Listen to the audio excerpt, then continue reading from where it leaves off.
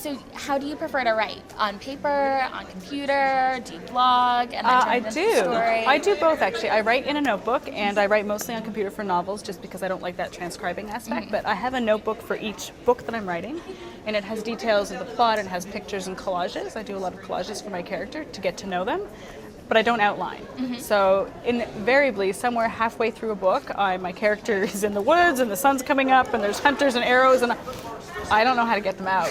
And there's a few days of panic and I know I just have to sort of rest and trust the story will come to me. So you are so mean to your characters. You put them in so much peril. Can you tell me a little bit about something that you're afraid of? I think any of the things that I put them through, I would be terrified of. My fears are pretty basic. I don't love flying, but I don't love spiders either.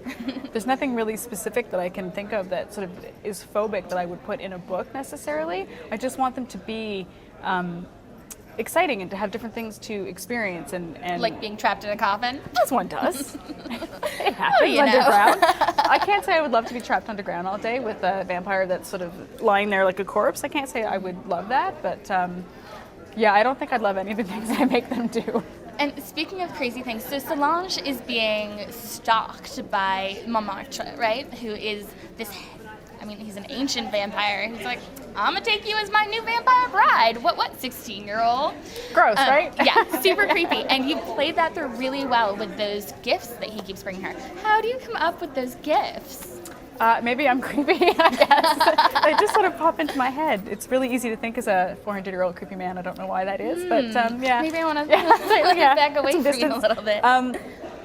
And for him, he can be a little bit, not cheesy, but he can be sort of that over-the-top romantic because he's so much older. In his world, he thinks that he's seducing, but that seduction is just creepy and wrong. So we can play with it in a way that's scary, but also really snarky.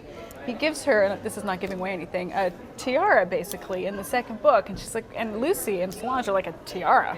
Like, are you nuts? And he's thinking, well, a young girl and she's a princess and she'll love to wear a tiara, but my girls don't wear tiaras. They're a little bit too busy kicking butt, right? Exactly. Those just get in the way.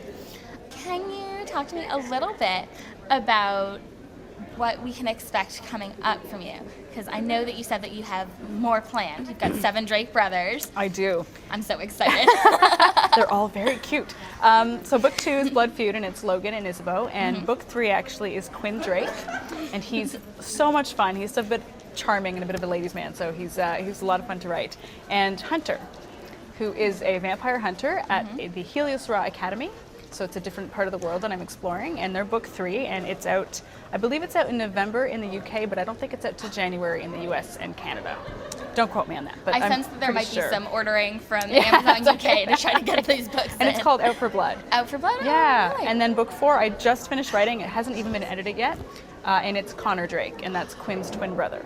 We have a couple more Drake books. That's right. And I have a Victorian ghost story.